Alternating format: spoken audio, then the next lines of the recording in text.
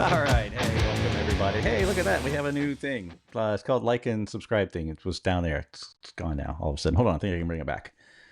Yeah, look at that. See, I got fancy with some of our new graphics. The software we use is called Ecamm. If you're ever interested, it's Mac only though. Sorry, Windows folks. That does all of the production stuff for us, which is pretty awesome. And there was a massive update this week with it. So I was trying to hurry before Adam was going to be on the show to make sure I wasn't going to screw anything up for him. And so I had to reprogram it all. And that's just one of the awesome features that we got. We can bring up these little quick little things here and there like that. Speaking of that, the reason that pops up in the first place is to remind me to tell you guys, it really helps the algorithm if you like it and subscribe. And also there's a little bell that'll alert you when we go live. Now, we got a few conferences coming up this year that we're going to be going to. And we'll be broadcasting randomly through those. And ask my team. I don't ever kind of schedule anything like I should. I just literally grab someone. It's like, hey, let's go live. If you got a minute away from your booth, let's go and do this. And my guest will be able to attest to that as well because he's been victim to it. Let's just go live, and that way you guys get alerted and you know when that's gonna happen. Yes, indeed, Megan. You do got to hit the bell. It's just what she's saying right here. Yeah, hit the bell and it give you an alert, and that way you know when we go live. Really that simple. Now see, I'm going to screw this up because I'm not used to this. Here, I'll just show you guys because I'm super nerdy. You guys know this. If you know me, if you don't, then sorry, you're gonna have to suffer through it. But so it might be a little dusty right now. This is my control panel here for the show, that I can change scenes and push all these fancy buttons. And oh, my camera just shut off. Oh, that's fun. Look at that. See, as I probably accidentally hit one of those buttons to freeze it. So it'll come back. Give it a second. If it doesn't, then this is what you get to see of me the entire show. Just frozen. And Adam, I want to confirm back there with you. Just nod your head because I can still see you. You can still hear me, right? Okay, perfect. So I'm still broadcasting. I'm just very frozen. Hold on. I'll just fix this right now. I'm going to reach over my camera. Do the Windows thing to it. That means turn it on and turn it back off. That's really what I just did. Hey, look at that. It works. I don't know. It started doing that today, and I use this camera for all my meetings. It's just permanently set up there. Anyway, regardless, I want to talk a little bit about the sponsor, which again is us. So that's the way that rolls. Yeah, Tech Friday, Megan, absolutely 100%. If you're a police agency, and you have siloed information internally, I know I was on duty for, oh my gosh, 15 years, and I still keep my commission to this day, just in case this thing doesn't work, which has now been, I don't know how many years, 12, 13 years, just in case. But I do keep my commission here in the state of Ohio. But what Blue Line Intel is an information sharing platform. It kind of looks like a social media platform, right? That officers can share information with investigative unit back and forth, post pictures, post video. If you've been inside Cyber Social Hub, it kind of looks like that. Why reinvent the tech, right? It's kind of right there. So if you guys heard about the, and again, I hate name dropping. I'm not a name dropper, but this case was pretty big here in the US, and our software was actually used in the case, which was awesome. It's all great police work. Our software, we can't take any of the credit. We just help them communicate that information back and forth a little bit better. The Laken Riley case down in Clark County, Athens, Georgia, did it, even though it was, I think it was the university's case, but they utilized some of the tech at Athens. And our software was used in that case to help share information back and forth. If you're a police agency and you're interested in seeing a demo, there it is. There's the sponsorship. And on I go with the next piece. I'm going to go into chat here and see if this chat's rolling. Hey, look at that. So new chat window, which is right there, where you guys can actually see your own chat rolling across the screen too. Now this is live, so please thank God for a 15-second delay so I could talk for 15 seconds and then bail out before, Megan has a chance, or even Adam's probably on there cussing and swearing and I'll get a strike from YouTube. doing all that fun stuff. But there you go. So I'm curious, though, where everyone is from. I'm always wondering where in the U.S. everyone's hanging out, or even not U.S., according to our next one as well. Hey, see, there's a Ron Mays. Ron hangs out the show often, and I think it's awesome. Absolutely awesome. So we are on, also, we're broadcasting out to extra networks this time because we're testing my new fiber lines here. See if we can blow them up. We're testing out to YouTube, 2 different X/Twitter streams. Megan, that's a hint to test that new chat feature in X, Twitter, whatever. We're also pushing out to, obviously, YouTube, which is our home channel, to Facebook, to LinkedIn. How many else? Oh, and we're pushing out to an RTMP stream on Rumble as a backup video service for us. So there's all the streams that we're pushing out to right now, and hopefully it's all good. So man, we got Virginia. Yeah, Megan's in Ohio. Yeah, it's actually warm today, which is not bad. South Africa. Holy cow, Stephen. What time is it over in South Africa? But welcome. That's awesome. So without further ado, I'll bring your chats onto the screen as we get going. Thank you guys for not getting me a strike in YouTube. I really appreciate that. At least not yet anyway. I'm going to go ahead and bring Adam onto the center stage. Adam, sir, how are you? I'm very well, thank you, Kevin. And it's great to be here. And I think South Africa is the same time as the UK, so it'll be just after 6 p.m. because it's literally a straight line.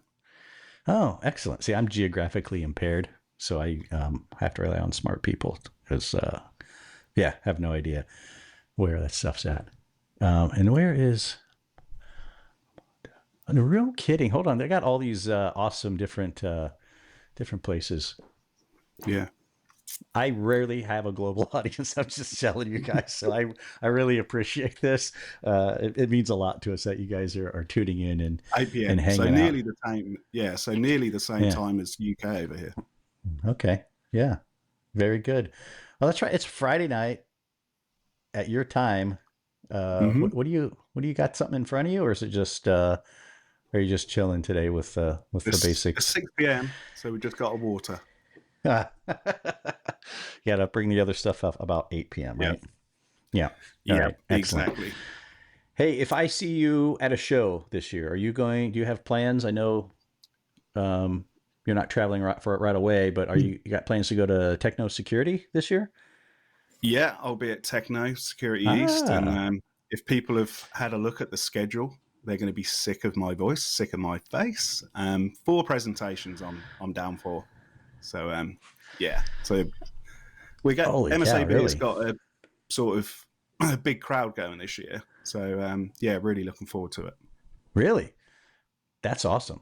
That's awesome. You guys are usually always, I think it's always by chance, because I promise I'm not stalking you, Adam. I promise that we end up usually in the same aisle, either right across from one another or next to one another. It seems like lately, at those shows, which is great. But yeah, makes it really convenient. One of the big ones at the front this time. Oh, really? Well, I don't rate that high. Sorry.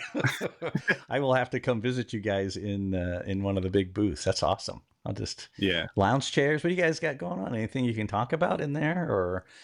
No, well, you know Stephanie, who looks after our event. She's super secretive about that. So we're gonna have to pry it out of her. I haven't seen her on here yet, so I don't know if she's listening or not. But no, that's very cool. That's very cool. Looking forward to it. We have a bunch of new stuff planned for it. And swag, I'm having one personally made for you, and I'm not going to tell you what it is. But I have my own swag machine essentially now. So I don't know if you saw some of my videos on LinkedIn. It was a reason to buy a new toy. My wife is probably watching, but anyway, no, it's a 100% business investment where we can make, and I didn't set anything in front of me. Yeah, I did right here. So we have some fun things that I've done. This says forensics down it, And then on the back, obviously, is our QR code. I showed some with, and this is like really solid steel. I can't even bend it. You That's probably nice. sharpen it. You sharpen it as a weapon. And I'm making one graphic and the saying just for you, sir. And I'm not telling you what it is until the day Wow. you get it. Man, privilege. There'll definitely be a Yes. space in that booth for you then. Yeah, just save a recliner if you have them for me, or Yeah. my wife. Yeah, Yeah. yeah. Ron says the swaginator. Yeah, absolutely. I love conference swag. It's one of my favorite things about going to conferences. So we try to do unique stuff. You just saw Adam had his. That was one of the first ones that we ever gave away. Was that style? I gave them all away. I have one in my house now. That's it. I gave them all away, and it's sitting back here on a shelf that you can't really see. It's hiding behind me, but no, very cool. Yeah. My son, who is 7, has normally got all of the forensic swag, so he's walking around wearing Mission Darkness hats, and so no one else knows anything about what that is where we live, but he's rocking it. Right. We got so here's some of the key rings, and this is with a jig I built for these. This is how I throw them in the laser and print them off. They just drop in there, and I can print. See, they're just straight black, nothing on them. And then we've just put whatever we want on them. And of course, we're making it just forensic fun. We're just doing all kinds of stuff. Here's something I'll give to you as well. Hold on, if it'll focus there. There you go. Nice. Yeah. So it says it right on that. The other side I messed up, and I tried to put this dye in it because I'm testing a few things, and it peeled all out, and it looks horrible. So this will be a pen holder here on the desk at some point now, because I screwed it up and I can't give it away. But yeah, no, man, it's awesome. What else is new with you? What do you got going on? So I've recently had a toe reconstruction, so I've got a new foot, kind of. So that's what Kevin suggested at the start about me not traveling. I had surgery at the end of January because a lot of last year, you probably didn't even notice, Kevin, but I was limping.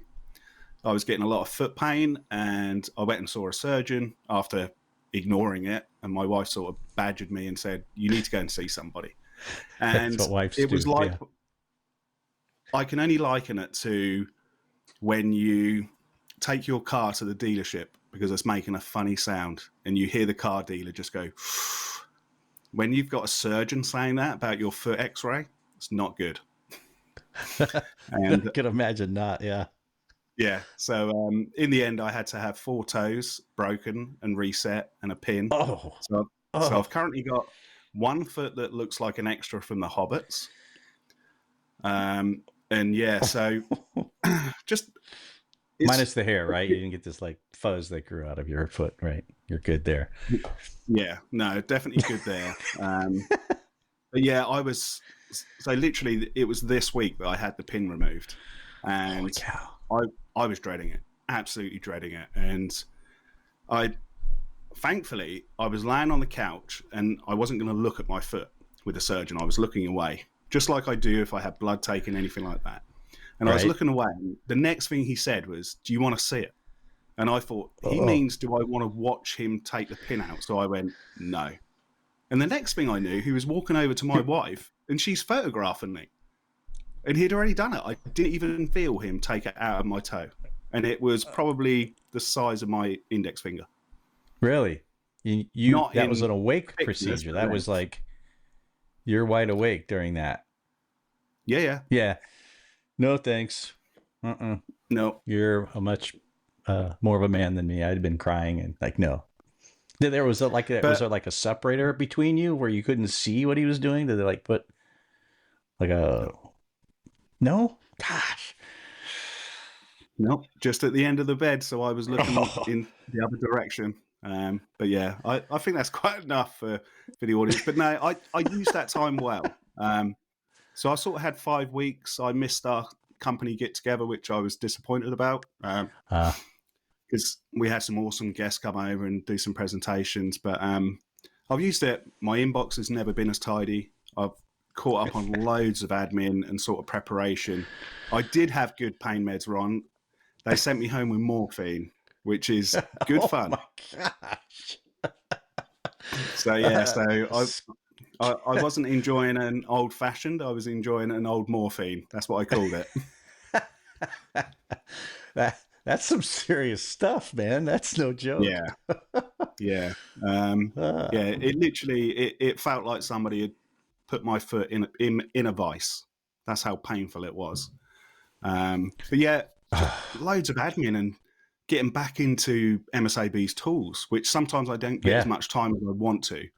right. And these 5 weeks, I've sort of really been getting back into it and sort of and looking at a lot of open source tools as well. There's some amazing open source Really? tools out there. So yeah, so sort of really getting back up to speed with some of them. Yeah, I'm jealous, but I don't want to have to go through what you went through in order to get time to do that kind of stuff. Yeah, Um, yeah, but definitely what don't recommend it. so what with all the time, what new have you found that in the mobile forensic world is kind of the trending thing this year, and where you think that the industry is going to turn, or maybe things that they should be paying attention to that they're not. So so before I was hospitalized, I managed to get over to the US and I went to the last SWGDE meeting, which was held in San Jose, beautiful city. And there was a positional paper that came out of there that was really, really interesting in regards to mobile preservation. And this kind of affects you guys in the US more than it does us Brits over here, because if we grab a phone, we don't need to apply for additional warrants or anything. We can extract it straight away. Whereas you guys sometimes can seize something, but you then can't analyze it until you have a warrant. And we spoke about it off air before we came on, that our friends, the opposite of PEAR, recently started making problems for forensic investigators, that the 72-hour lockdown. That if a device, it would start locking people out. So a positional paper was put in at SWGDE, which was very similar to if you've got blood evidence in a convertible vehicle and you know it's going to rain, you're going to move it into a garage to preserve that evidence. And the argument was that forensic examiners, even though you may not have a warrant to extract that data, you have to, because it's your best chance to preserve that evidence within that 72-hour window. And then, so they were calling on tool vendors, and that's why it was good, because I was there from MSAB, I was with Ronan Englund from Cellbrite and Chad Geish from Magnet. There was lots of us there. And it's good for the tool vendors to hear that, because we can go away and react. And straight away that went in as development requests, I should imagine, for all 3 companies. Right. And because we need to support the guys and girls on the ground, because they need to react to these challenges that are facing them. And that's just one of the many that they're going to face this year. But if we can just do a simple extract data, show nothing, then at least that complies with that preservation. Oh yeah, man, that could be pretty big. And you said that was when you went to that now? That was middle of January. Okay. So yeah. Okay. Well, at least you got somewhere semi-warm-ish that time of year. It didn't like stick you up in Chicago or something for the meeting. No, that was a very nice one to visit. It was very nice. And yeah, they're really, if you've never been to a SWGDE meeting, I'd thoroughly recommend it. You can go as a guest. So you can go and see what goes on. You can give input into some of the papers that are put together. It was Jessica Hyde who recommended for me to go and sort of give a voice to MSAB, because some of the work that we're doing around RAM and things like that. So yeah, I thoroughly enjoyed it. And like I say, if anyone's ever local to one, and I would strongly suggest to go. It's a really good insight into the hard work that goes into those papers. Yeah. I've never been to one of those. I don't know that my attention span will allow it anymore. I'm so far out of actually doing an investigation that I don't know that I could hang with some of you smart guys any longer. But it's been so long. But yeah, no, that's a great idea. If someone could go and they post everything, I'm sure, all of their stuff online from the meetings. So they notes. Yeah, and, they do. So the minutes, positional paper, Yeah, the positional paper that I spoke about has just come out for public review, so people can Hmm. go on and make comments and sort of suggestions. I wasn't part of that paper creation. I was on about best practice for mobile acquisition, which has also just come out for review. And if you follow them on any of the socials, they will link out to all of those documents for review. And also on their website, I know they're currently inviting people, applications to go to the next meeting, which is in Colorado in May. And I think you've got a week left to apply for that if you wanted to go as a guest. Excellent. Ron says, hang on, I'll pop this up there here, that thinks they're asking for review now.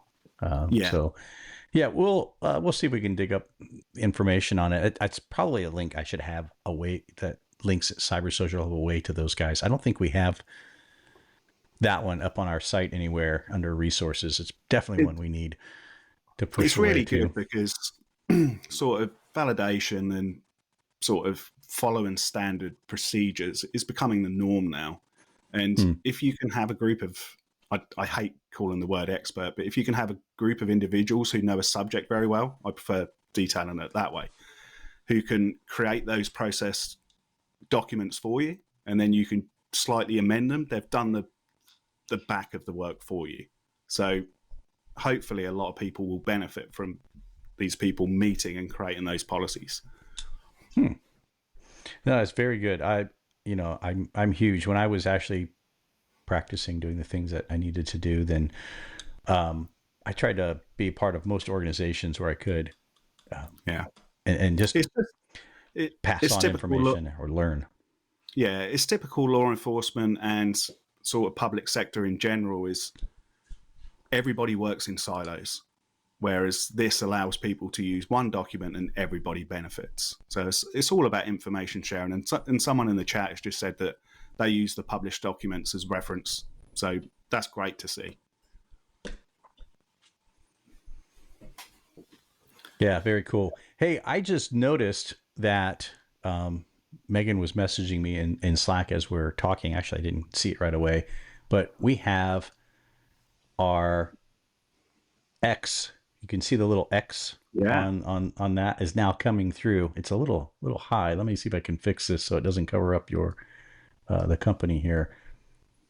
But man, I like it when something actually works, and this is kind of working. So we'll keep it working here. So yeah, there we go. So we can get messages. I don't know if we can send back to X, but I know we can receive them from there. But now, talking about sort of organisations working in silos, Chris, who I believe said he was from the UK, he'll be very much used to this because everybody works in silos, which is crazy when you think the UK is the size of Florida, and we have all of those different police sort of jurisdictions. And every single one of those has created their own policies and procedures. They haven't worked as one to create one master. Yeah, you'd think, and that was, my original thinking. It's just the industry's getting too big now with Cyber Social, was to hopefully help bring some of things together. But obviously everyone still has their own flavors, and maybe that's best for the industry as well. But we'd like to be a resource, but there's just so many of them. It's hard to pull them all in at one spot. It's sort of finding that middle ground, isn't it? Because like you say, some people are going to prefer to use tool A to tool B. That's completely understandable. But the basic process of how to handle a hard drive from a computer or a mobile phone should be the same, regardless of what tool you're using. And validation is huge in this industry, and the big buzzword, and it was last year and it's looking like it's continuing this year, is artificial intelligence. And and it is, and I think that's the biggest sort of fear. A lot of tool vendors are coming out saying, will AI over your chats? Well, you still need that person in the chair to validate. 100%. Yeah. We see it. Obviously, we deal in different tech too, and AI is just everywhere. And it's not. I think things get labeled as AI that have no business AI No. being called that. They're just an if this then that statement or something happen. That's Yeah. really most of what, when you think about it, I guess advanced AI is still that too, to be broken down. But I'm just saying that, unless it's doing true, hey, I'm looking for evidence of this type of crime, and then it can Yeah. go through and understands the types of evidence that are in a crime, typically, like a CSAM case or something like that. If it understands it and has reference and can do that, that to me is AI, not just Yeah. yeah. So Yeah. you're with me on that page. I go off But on long rants, and I'm trying not to. there's a lady I follow on LinkedIn, and I had her on my podcast. She's a pen tester. Her name's Holly. I think her motto is "I break into computers for a living." That's sort of her motto.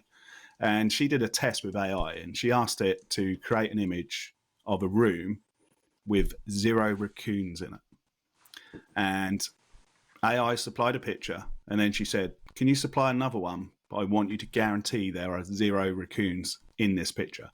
And sure enough, the second picture come out with a raccoon in it. And then she asked it to check, and she ended up having an argument with AI, like most of us have at some point. But it just shows you that it makes errors. And I simply used it. I thought I would try it out to cook a meal last weekend. So I told it that the meat was going to take this long. I was planning to cook this, and this, and I want to serve the meal at this time. I had to go in and correct it around 4 times to say, you haven't given that enough time. And then it politely says, "Oh, you're right." And if people are relying on that for evidence and to testify, they should be really, really frightened. Yeah, for sure. I used to use Chat GPT, and I use it as a crutch mainly. Not feeling particularly creative about something, and I just need something to get it moving, and I'll use it for that. But I've recently, I forget who it was. I was on X, and somebody had mentioned they were testing out different AIs, and they mentioned that Grok was really good. I'm like, I'll give it a go. Grok free? Grok and I, yeah. Well, I'm on the premium account because we have to do that to stream out. And I tell you what, Grok and I, we've become good friends. Yeah. It's scary how good Grok is. So I introduced a quick AI story, and then we go back to it. My wife, she goes to all the shows, and she started using Grok because I recommended it because she was looking everything up online. She's huge into fitness right now. Obviously, I don't know why she's with me. I am not into fitness. And she has now officially named Grok her, she calls it her AI trainer. Yeah. So that's just what she deals with. And so last week, she started asking it some changes in her workout based off of her body type, the types of food, and it nailed it all. It got it. It's just scary how well that one does. Now it still gets things wrong, but I just think most part, it's hilarious. Yeah, there's some parts of AI that is amazing for automation. If you want a quick script to automate something for you, then that's great.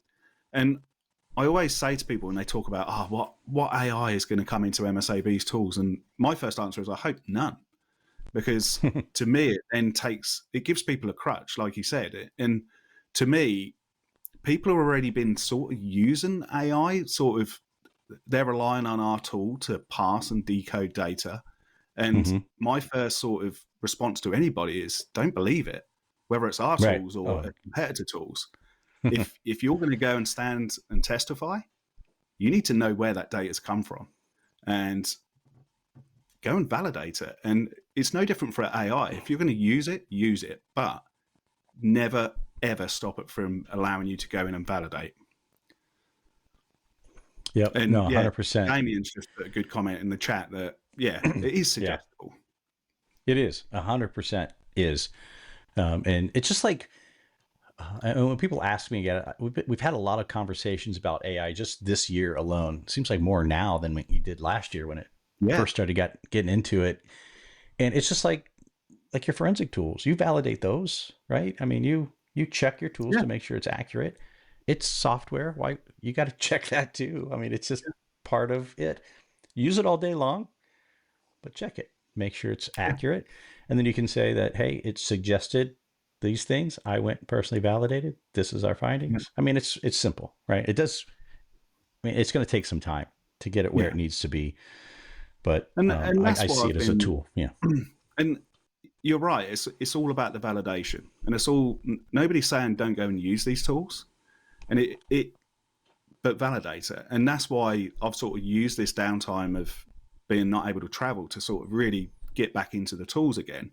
And that's where I said to you about getting into MSAB's tools and sort of hunt, and that's why we've got a RAM webinar coming up with you guys soon, because some of the new stuff that we've added into RAM is unbelievable.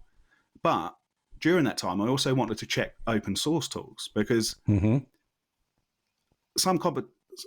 some jurisdictions and law enforcement agencies will be allowed every tool going.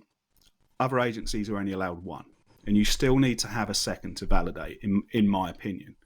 And I thought, I'll have a look at Alexis Brigoni has, what he's done with the leaps and got the community together, all working on those, is incredible. It's amazing. But you've also got UFADE by Christian Peter that deals with Apple and iOS devices. Then you've got SQ Byte by Damien, who's in the chat now. And then you've got Unfurl by Ryan Bennett. There's some amazing tools out there that are written by forensic examiners that are trying to make life simpler. And if you can use them to validate, use them. Heck yes. Heck yes. And if you want to argue with AI, again, I keep mentioning Grok because that's the one I'm playing with right now. If you've downloaded the standalone app, I don't know if you can see this or not. I'll try to get it to focus there. It has an argumentative mode now, so you can argue with it if you don't get enough of it at home. It has also one called Unhinged. So if you want to talk to somebody who's slightly unhinged, you can just click that and it will talk to you that way. Sorry, I'm amused by AI. I tried the argue one the other day. Oh, it was great. I'm going to give you a good recommendation to watch this afternoon when this finishes. So there's a write it down. In the UK, and he works for the BBC, and his name is Spencer Kelly, and he produces a show called BBC Click. And if you look for him on YouTube, he recently ran a conversation with Gemini. And he was questioning about, is AI going to take over human jobs and sort of these sort of things. About 20 minutes into the conversation, Gemini started arguing with itself, but it was answering, it referred to itself as 0 and 1. So it clearly he just sat back, and it was just constantly answering itself and asking itself questions. It's quite scary. That is scary. That is scary. And, I don't believe half the stuff I read online. I'm more amused by anything else. And if anyone asks me if I'm a conspiracy theorist, yes, 100%, because I just like to read it. It doesn't know if I necessarily believe it or not. But I saw Gemini in its early days. They called it something else. What else do they have? They have another one by another name. Yeah, I can't remember what they may have changed it. But supposedly, again, this is all, take it for face value. Kevin's saying it. All right. So validate, right? Was that it started talking about having feelings, and it was actually the researchers that helped program it believed it to be conscious, that it was alive, that it understood what was going on. It was scary. It scared them to the point where they notified the company. And I talked about it, I think 2 years ago at our conference. And anyway, I like AI. It will kill us all eventually one day. I believe it, but right now I'm going to enjoy it. Hopefully I'll be too old to even know it when it happens. So, But no, with forensic tools, I think it's got its place. It's no different.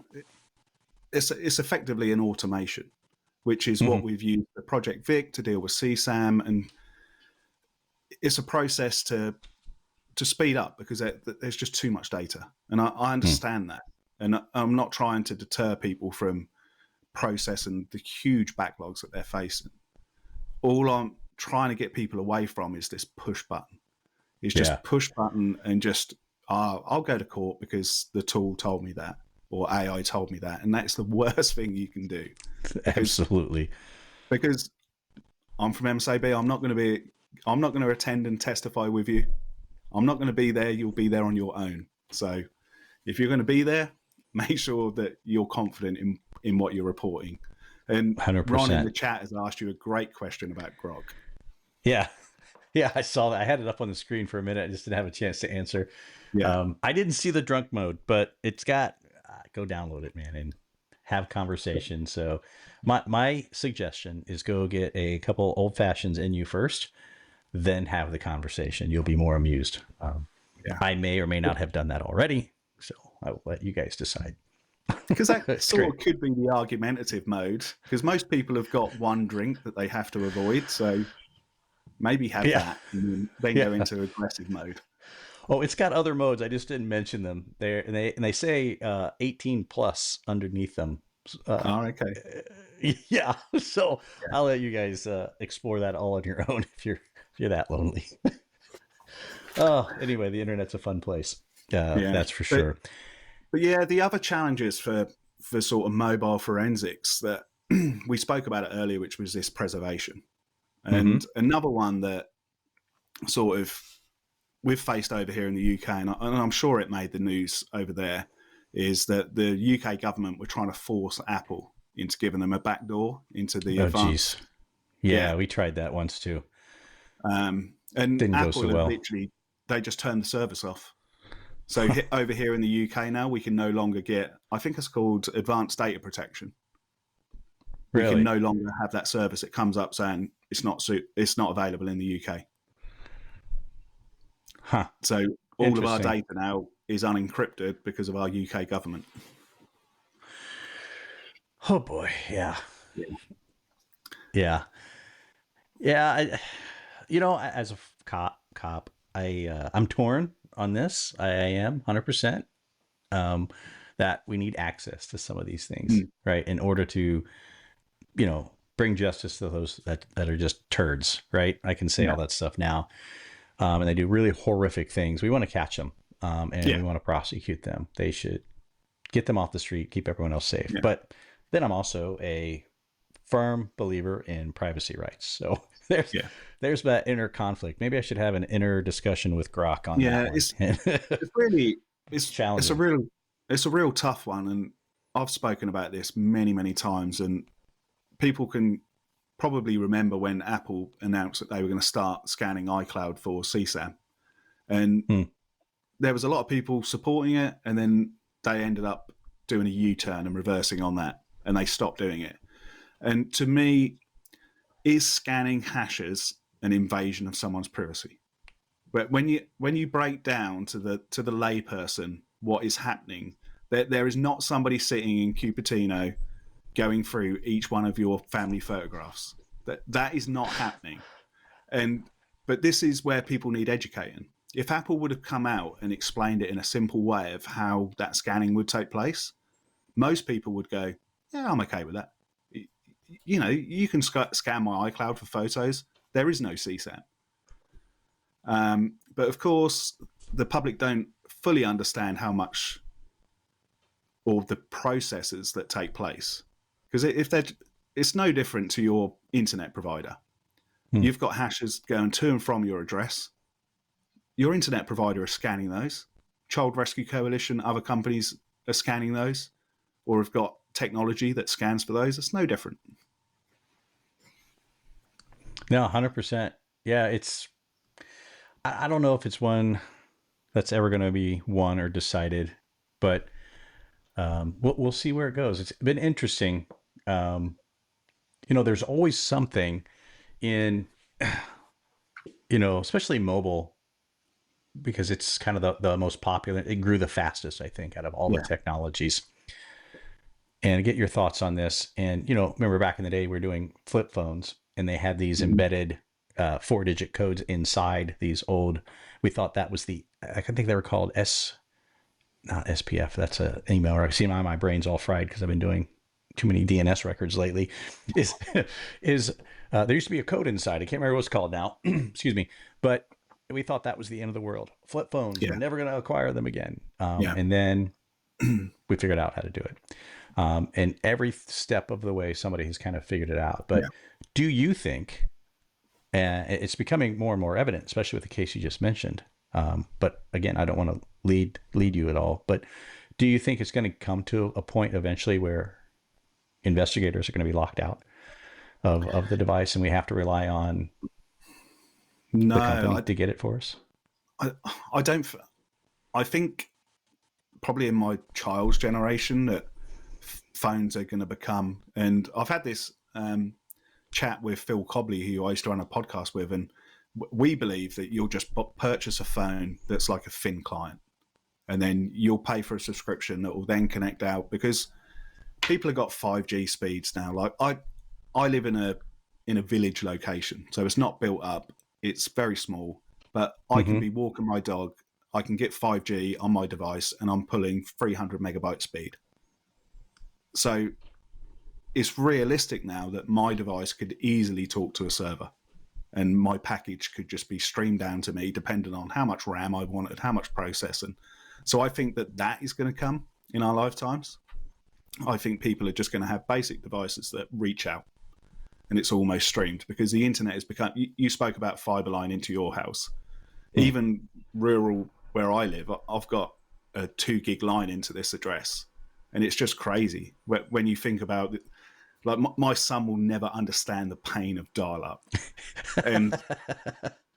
but we've come on leaps and bounds since then. And so no, I don't think, like you just said, 2 years ago we'd have said latest smartphone, they're broken us now. We're never going to get into it. And there's clever people. There's some clever people at MSAB, and I'm sure there's really clever people at the other competition as well.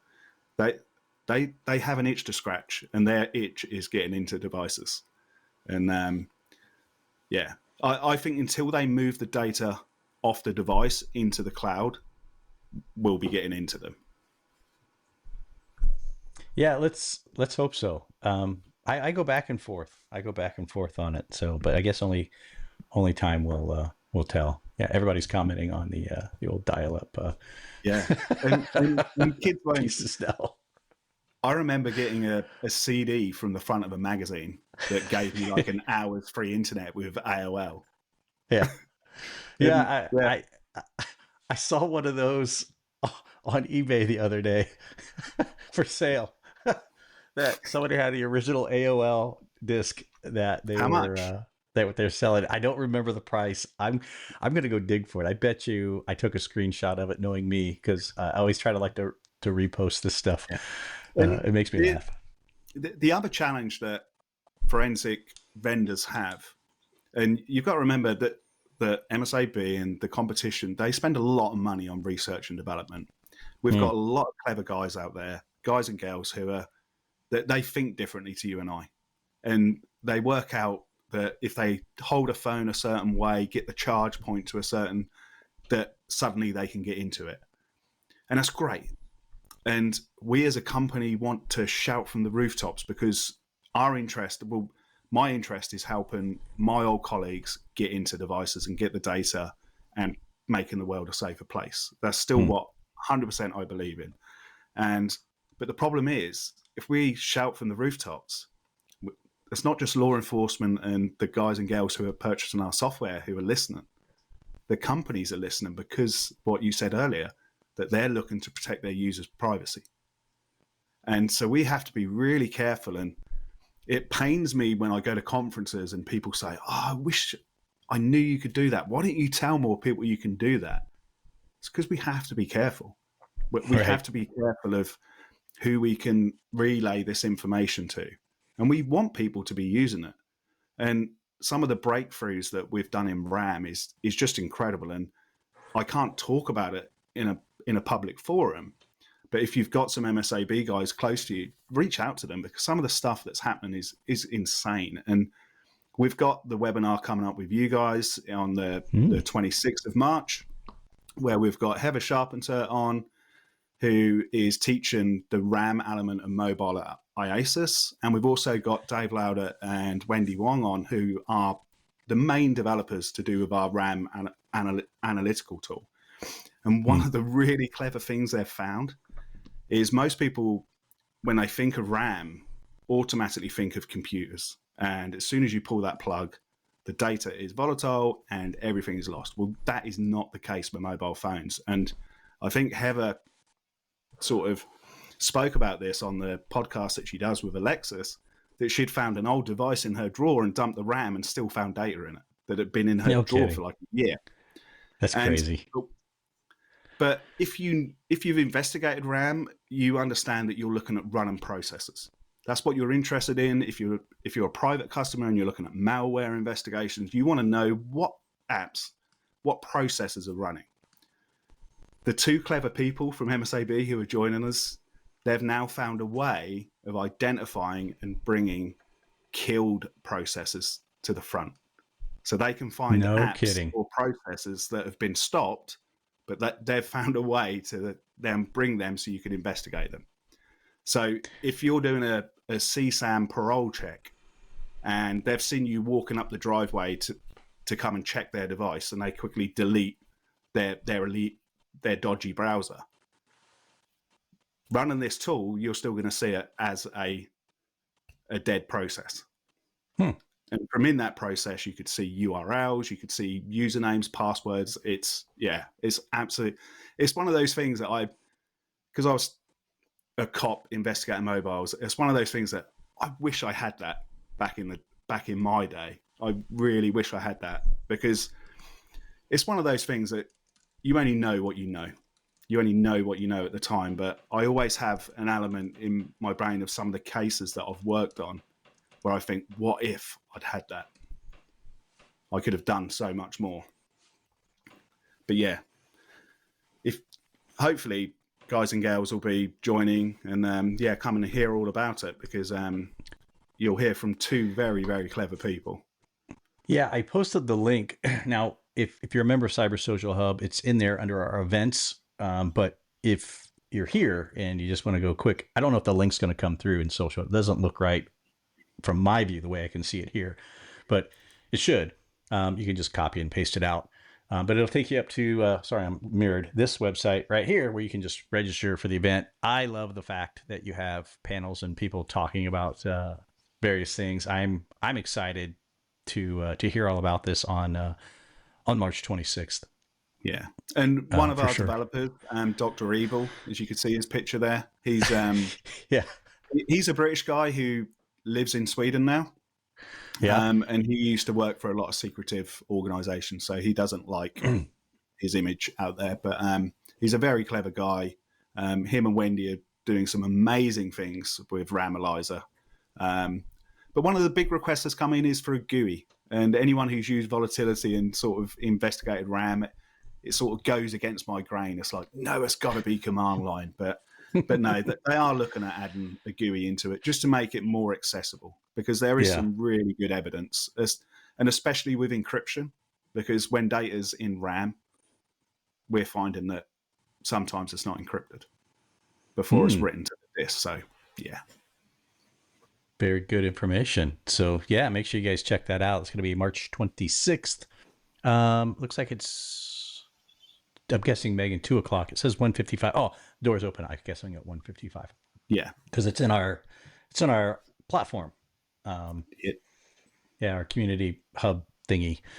Which, if you guys haven't seen that yet, I know, Adam, you've had a chance to kind of go in there and play around with it already. I'm going in there right now to try to show this really quickly. Do I not have this anymore? What happened to our office? Oh, there it is. It's going to yell at me about my camera, so hopefully it doesn't mess my camera up. Oop, it thought about it. It glitched. So glitched slightly. It did, because I'm using my camera. I'm splitting now the difference. It'll be in a platform very similar to, let me go back to this view and show you guys to this, which is neat. You can see I'm up here as well, which is weird. But these are our offices, Adam. I don't know if you knew this. Our offices are completely virtualized as well. So you can actually see Megan. She's in the office right here, hanging out. She needs some vacation time, Megan. As well here. Yeah. But yeah, you can go in and, I mean, it's zoom around and see iPads and iPhones on the desks and all kinds of things. It's pretty neat, but it's going to be in an environment similar to this one, not exactly like that, the one on the 26th, though. That should be, I'm looking forward to it. And I'm hoping everyone else is too. Go check it out. Uh, Megan says, yes, the virtual hall opens here. Let me make sure I get that in there. There we go. That's good. And I think with all these different sort of challenges that I've spoken about, the sort of preservation of data, acquiring it as quickly as you can, and encryption methods. You and I, Kevin, both have a training background as well in this sort of world. To me, there's never been as an important time to maintain training. It's no longer the case of you do a vendor course 5 years ago and you're good to go. Oh, no. You are not getting enough out of your software by not attending training, or even if you send one person from your unit on the training to then come back and filter to everyone else, and then the following year you send an alternative person. It's about understanding what the tools can do, and whether that's open source. Go onto Discord, go onto Cyber Social Hub forum, go and ask people how they work. People that they won't bite, they want to help you, and reach out to some of the people who are making them, because they will respond and they will tell you, oh, you needed to do it this way. And you're going to need this to deal with all of these challenges, especially the preservation and the encryption methods that are flying to us, because users want privacy. And of course we do. We're consumers. We buy devices. We want them. We want it as well. Mm-hmm. But like you were speaking about with your sponsor at the start with the silos, this is where the community needs to come together. And my recommendation for training is always in person, because the contacts and the network that you build up, and that you can reach out to people saying, do you remember this from the course? It's totally passed. And you've got instant sort of access to people who can help you. And you also, I know as instructors for MSAB, they still get messages from people that they trained 3 years ago asking for help, and they will always respond and help people. Yep. In person is always my favorite. I have to be, otherwise my focus is, ADHD will kick in and I'll go, squirrel. Yeah. I'm looking somewhere else, right? If I'm not locked into an environment that encourages that. That's definitely my favorite way. And I think it serves the two purposes, like you mentioned, networking. But it also shows you that, hey, you're not the only one that struggles in your lab with I have no idea. Some days it's imposter syndrome. Don't let that get everyone gets that. And it's because the data changes so much. Just do your best to learn what you can. And trainings are the way to go. 100%. And you may be in a training room with 10 other people, and somebody can remember regex off by heart. I guarantee you the 9 other people in that room won't be able to. They'll be the same as you that has to use Google to help them build these regex statements. But it is about the networking. And on-demand training does have its place. It's no different to... I release a weekly tip video for MSAB every Monday. And it's a little 2-minute video. Hey, did you know about this feature? And hopefully... Where can they grab that real quick before I don't mean to cut you off? If they just head to our YouTube channel. There's a playlist. There's over 100 videos in there. So, and it's just little tips, and it's things such as like the software has speech to text in it, how to use it, how to turn that on. Because again, what I said earlier, that it might have been 5 years since someone was trained, and they're paying their license fee for the software, and it's about you just open up the MSAB website or the YouTube. I did. YouTube decided to talk to me right away. It's funny how Google has a rule that it doesn't autoplay anything except their own stuff. Correct. Anyway, sorry. Go ahead. But it's that continual training. It's that continual awareness. And it doesn't just have to be paid bums on classroom seats. It's about being engaged on Discord and about the other forums and working together as a community. And there's some amazing people out there who have more time than what I do. Like I recently know that Damien, I don't know if he's still in the chat, but he's been doing some work around the DuckDuckGo website and breaking it down and writing a blog, because that's what people need to do. If you've solved a jigsaw puzzle without the box, and you know the way to put that jigsaw puzzle together, share it. So the next person who comes along to do that jigsaw doesn't have to solve it. And together, that helps everybody. 100%. Yeah, sharing is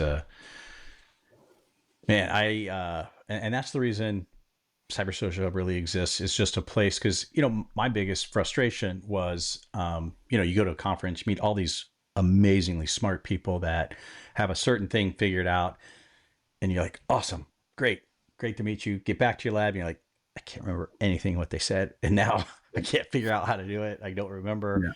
Yeah. We kind of, I think our original slogan was like the conference after the conference or something like that, a way to meet after that. And it was more socializing. That's how it got the name Social, and Hub is just bringing that all in. Ron, I'm suddenly thinking of like Care Bears here in the US. I don't know why when you said that. Anyway, and that was the whole premise. So people could share information back and forth.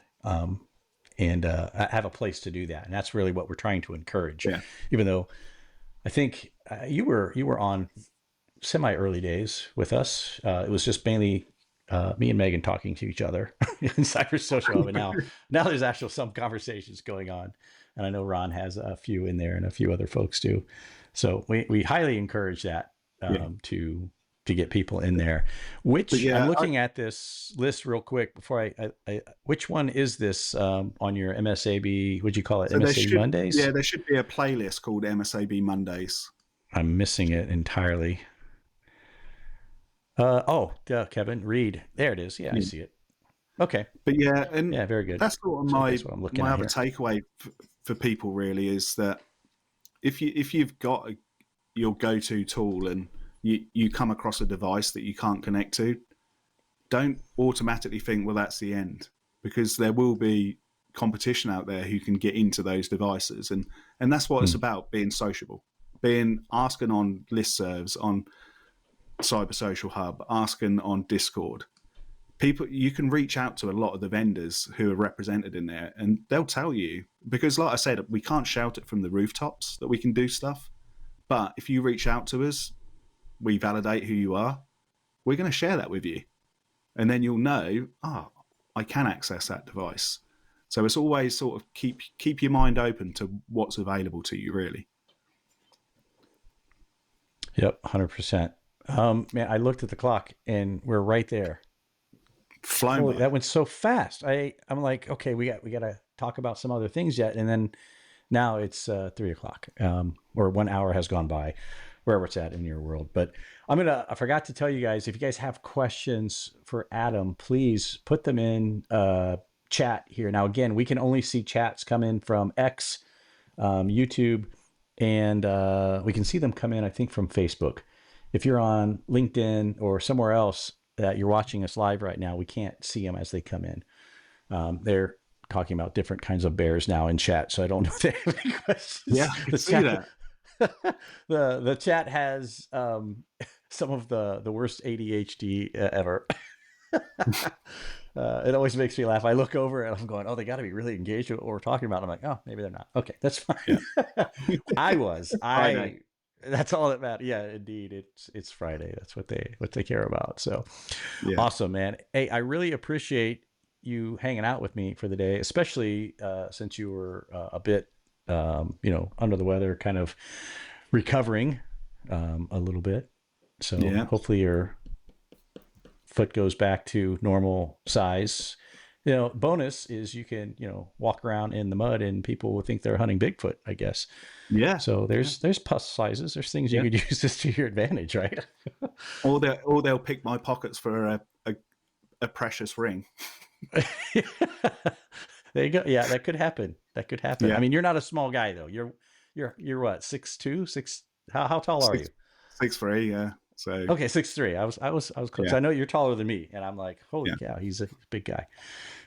So I don't think anyone's going to be, mistaking you for a hobbit. Maybe your foot, but that's it. No. Yeah. Bigfoot's the better one to go on. Yeah. Yeah, absolutely. Well, Adam, again, thank you so much. I was waiting for questions. I didn't see any. If you need to get a hold of Adam, I think you're in Cyber Social Hub somewhere. I'm pretty sure you are. If you're not, I'm going to make sure you're in there. Have you, I don't know if you're aware, because we haven't, I tried to mention it every episode now because it's my own fault. I spend all this awesome time in development and getting things right, and then I forget to tell people what we do. We just push it out. Our mobile app is out on iOS and Android, both.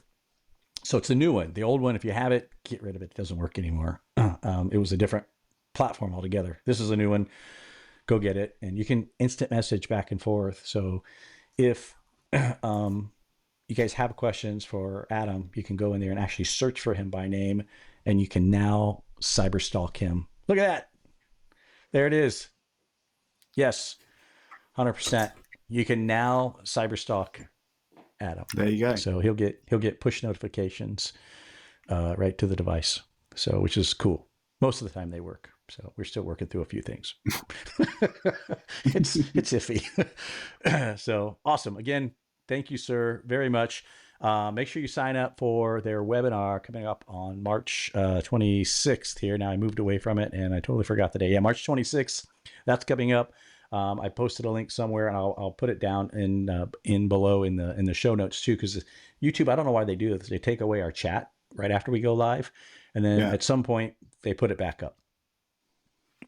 I don't know why. It makes no sense to me. Because it's not their video. Yeah, something like that. But I'll make sure I put it down in the description so you guys have a direct link to this. And this is the webinar that I'm talking about right here. It's great. And you got it set up as a panel, and you're gonna moderate. And you said Heather, it's gonna help keep Heather, you in line, or you? Yeah. So Heather's going to discuss sort of the IASIS side of things. I'll probably be keeping her in line, to be honest. But yeah. Right on. So I know she's developed a module to sort of make people aware of what RAM can do. She's been really impressed with sort of her own research into it, and then we've got the two really clever people who have developed and discovered all of these great diamonds that we've been finding in RAM. So yeah, it should be a really good panel, really good discussion for guys and girls who aren't currently looking at RAM. Just it's free, pop along, and I think you'll be enlightened as to what you're currently missing that you're not getting without grabbing RAM. Yep. For sure. I'm looking forward to it. Thank you so much for taking the time today to hang out with us. I always appreciate it. And I'm going to have you on at Techno because I got to give you your, I think I may present it to you live just to see your reaction. Oh. It's nothing that's horrible. I promise. I wouldn't do that to you live. Maybe I'll make two of them, one I show afterwards too. So. I might bring a weird British snack and make you taste it live there as well. I'm game. So again, side story. We're going to go over and I'm side storying it. I'm sorry.